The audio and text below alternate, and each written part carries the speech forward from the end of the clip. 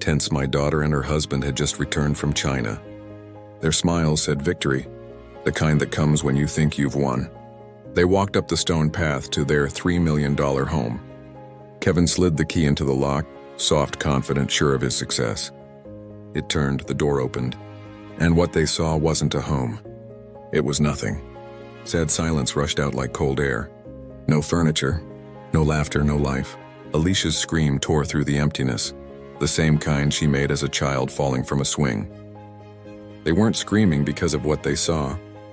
They were screaming because of what was gone. Reflective.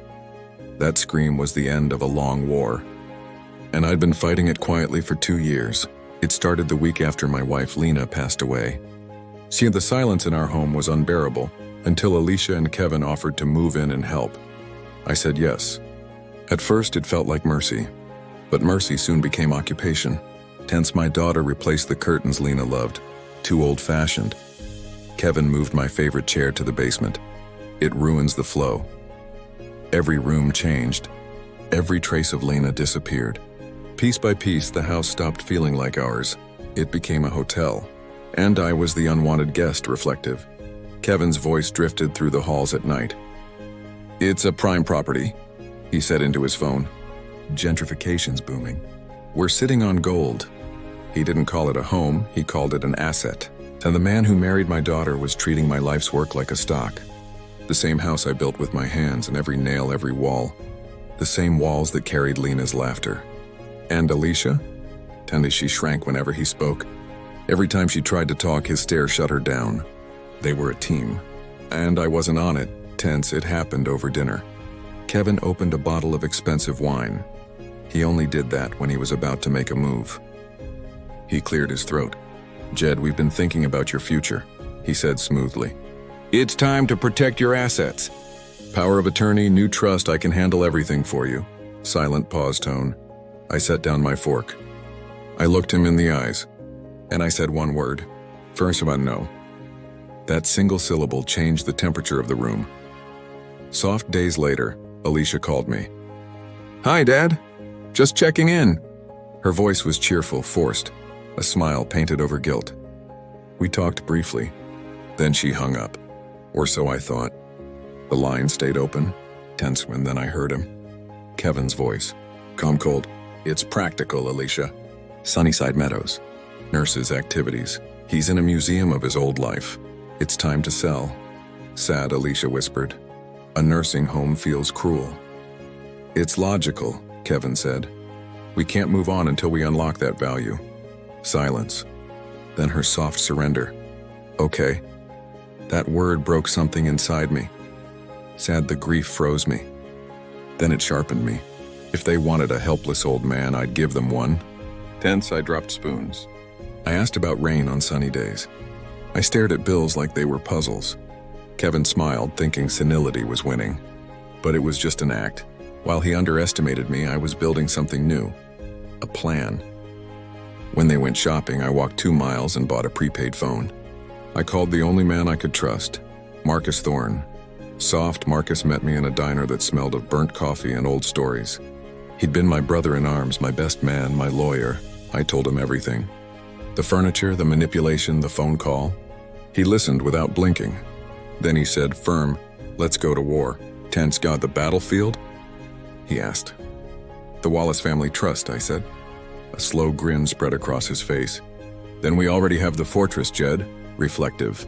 Marcus explained it like chess. Most people own their homes outright. Easy targets. But Lena and I had built a trust. Firm-only trustees hold the key. And I was the last one. Kevin thought beneficiary meant owner. It doesn't. She can live there. She cannot sell, borrow, or pledge. Every deal they planned was fiction. A ghost sale of a ghost house. Tension, "So while they sell air," Marcus said, "you'll sell the real thing, quietly, legally, before they even realize the ground's gone." Soft. Kevin strutted around the kitchen, throwing out phrases like escrow and the private investor and the closing costs. He thought he was in control. Alicia was planning their next vacation. Meanwhile, I sat downtown with Marcus and the Westside Community Heritage Trust. Sad they didn't see a portfolio. They saw history. They wanted to preserve the house, not flip it. They even proposed a scholarship in Lena's name.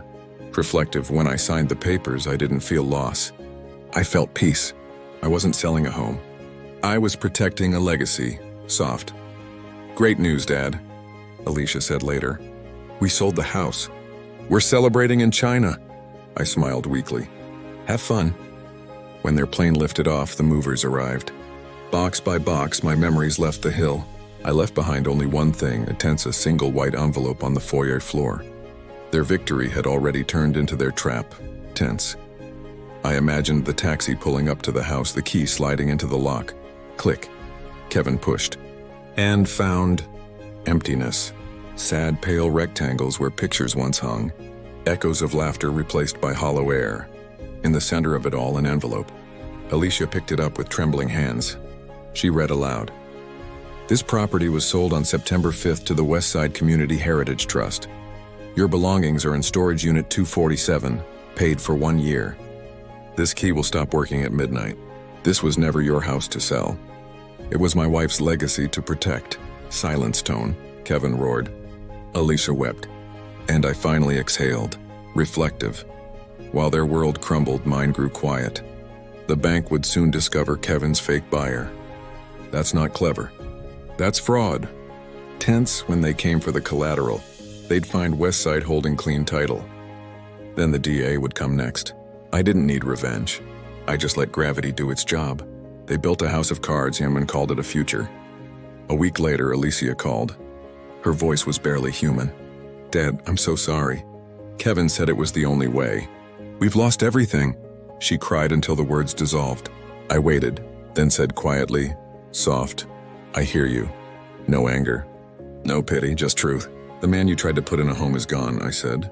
If we rebuild, it starts with respect. Not the kind you inherit, and the kind you earn. Sad, she whispered, I do respect you.